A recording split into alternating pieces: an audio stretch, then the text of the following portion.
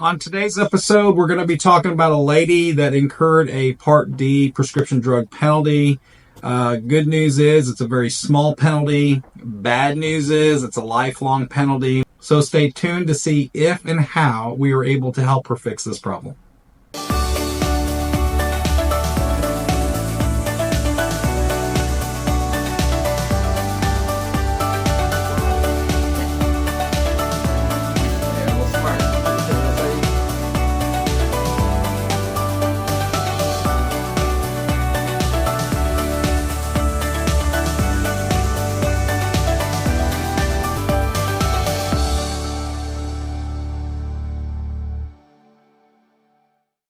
All right, welcome everyone to another episode of Medicare Medic. Today we're going to be talking about an 82-year-old lady. She called me and she was being charged $1.32 per month on her prescription drug plan, and she didn't really understand what it was and wanted to know. And obviously she's been being charged this for a while, since I assume that she was 65 or 66 or whenever I guess she got on Part B, right? So anyways, $1.32 is what she was being charged. She was wondering if there was any way that she could get rid of it. So that is what we're going to be talking about today. So does anybody really know what we're talking about here? Obviously we do. Yes, we do. Right? So what is it? Why is she being charged $1.32 every single month on her prescription drug plan? We're going to ask the rookie over here, Mr. Stephen Batts. After the first year, you don't enroll into a Part D prescription drug plan. Every single month, you incur a 1% penalty on average. Oh, look at you, smarty pants. Okay, so you do incur a 1% penalty. Why is she being assessed a 1% penalty? Because she hasn't taken her Part D prescription drug plan since she turned 65 years old and enrolled in Medicare. Okay, but why would she be incurring a 1% penalty for not taking a prescription drug plan? The why? I'm not sure why they do it exactly. All right, Chris Cook. It's a Medicare rule. It's a Medicare rule.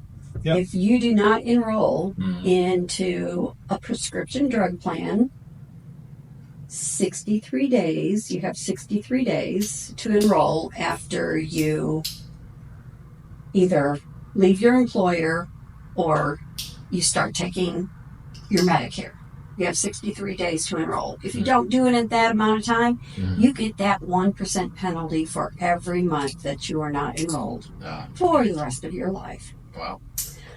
So the general rule is that it's got to be credible drug coverage, equivalent to what Medicare offers or better. Okay. So what can we assume happened here with her? Why is she getting $1.32 per month? She probably went for about a year without coverage. Okay. So this is what we find out a lot, or we run into lots of people.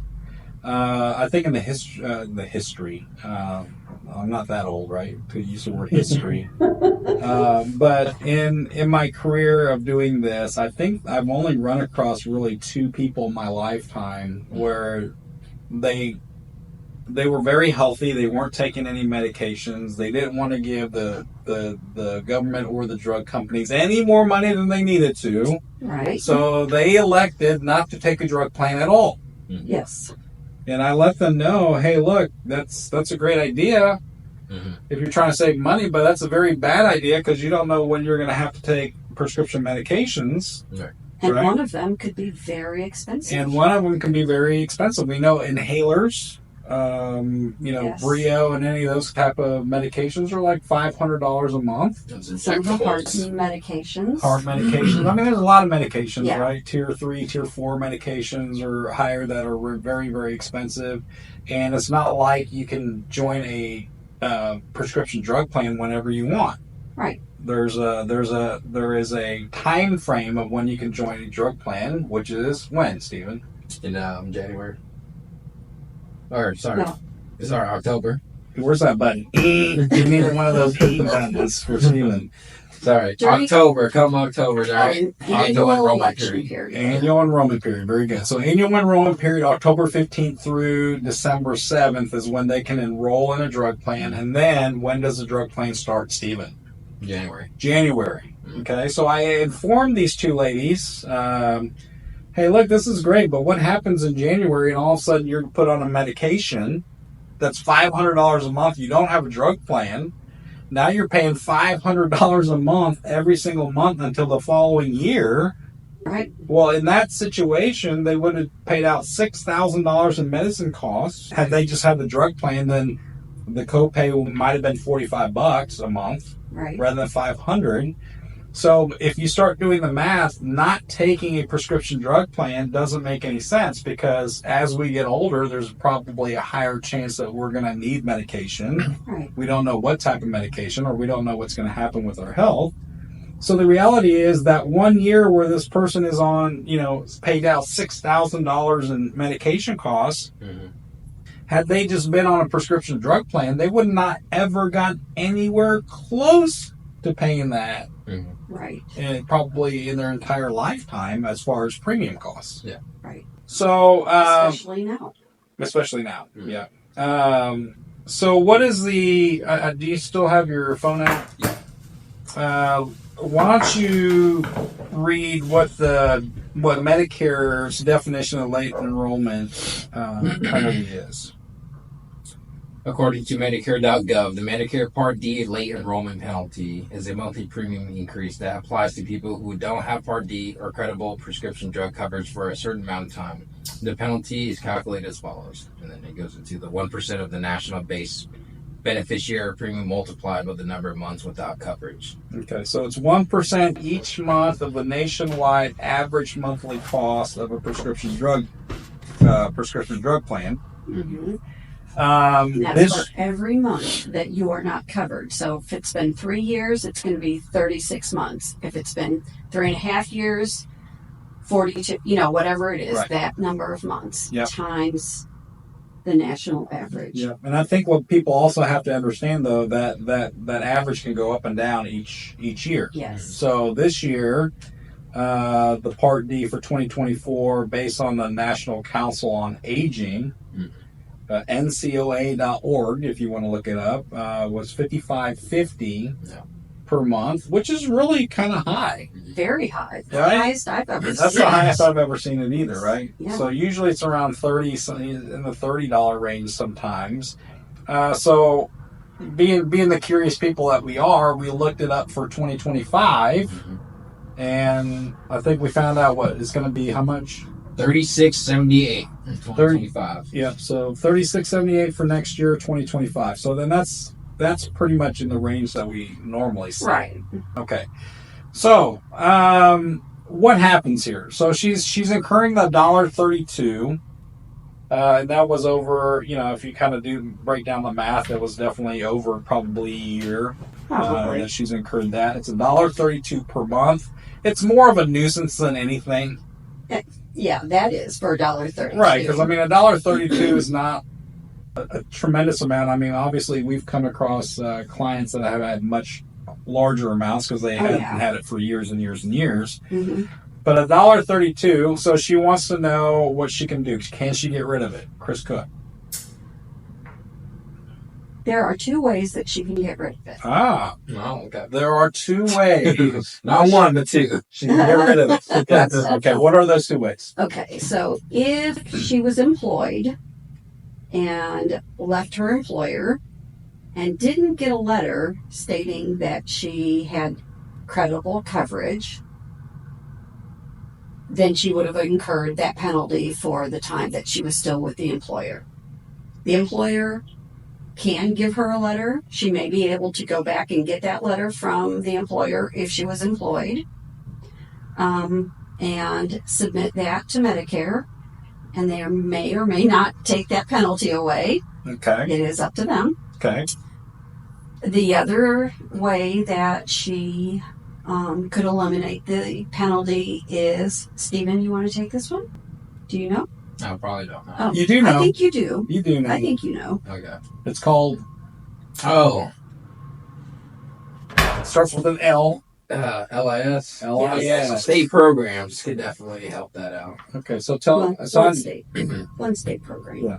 One state program. Okay. the extra help or the low income subsidy. Right. Right. So what does the extra help low income subsidy do? It greatly lowers prescription drug costs or monthly premiums. It can sometimes be $0. Okay. And so there are income and savings restrictions on that, right? And I know there's going to be plenty of videos talking about the Medicare savings programs. And once again, this is not insurance. Right.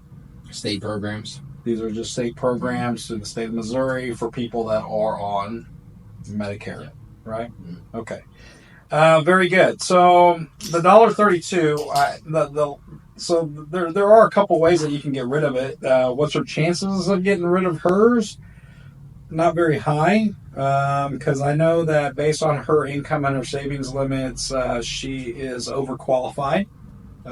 Maybe in her particular situation, she does qualify for the savings limit, but she does not qualify for the income limit. Unfortunately, she makes too much money per month. So can I go back one step? Sure. So with the LIS, when you qualify for LIS or extra help through Social Security, not only does it help pay that premium cost for a drug plan, prescription costs, it also eliminates the penalty if you have one. Okay. Oh, yes. Thanks for clarifying. Because that's what I'm thinking in my brain, Yeah. right? But I know that. yes, I know we're trying to communicate the message. So, way to go, Chris. High five. Okay. Nice. I'll give you a high five on that one. Very good. So, but in her situation, like I said, there's really no way to avoid it. Now, right. She is on a drug plan. Actually, she's on a Medicare Advantage plan. So, Chris, I don't know if you know the answer. I think you do. I don't know that, Stephen, you're going to know the answer to this one. But what happens if she doesn't pay the $1.32? Does she get kicked off her drug plan? Does she get kicked off her Medicare Advantage plan?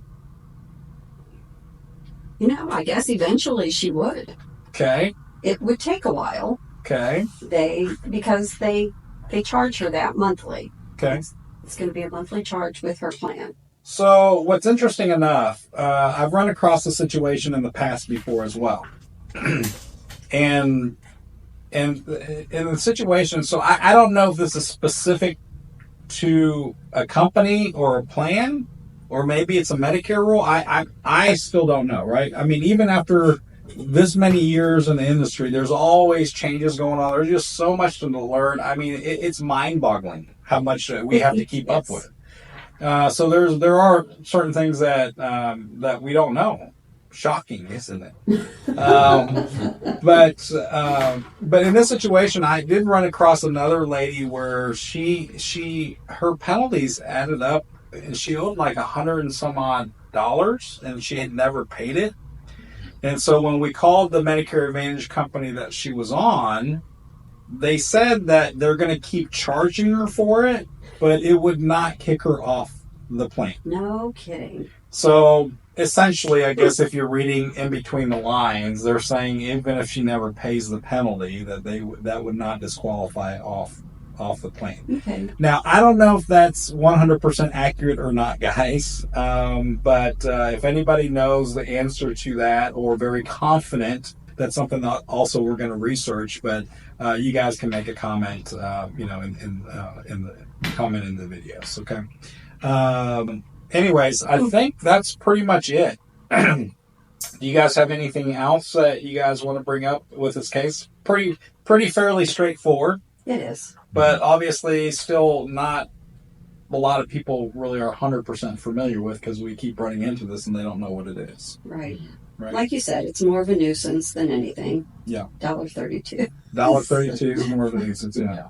No, I don't know. Obviously, if you're low income, every little penny counts. That's true. Right, so $1.32, either way, I still don't want to pay $1.32. I'd much rather, I don't know, what can you buy for $1.32 nowadays? Nothing. Sure you can. Oh, come on. Piece of bubble gum. A minute for a car wash. Even if you go into the washes. dollar store now, it's $1.25 or something. Oh, yeah. I've heard. Well, she got $1.30. Well, hey, $1.32 over a 12-month period adds up to more than $1.32, Yes, it does. right? You can go buy at least some ice cream or something with it. So, all right, very good.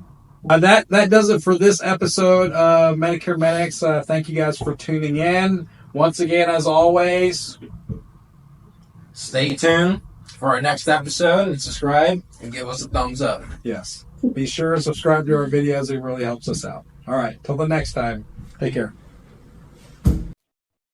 Hey guys, thank you for watching our videos. Here are a few important disclaimers that you should know about.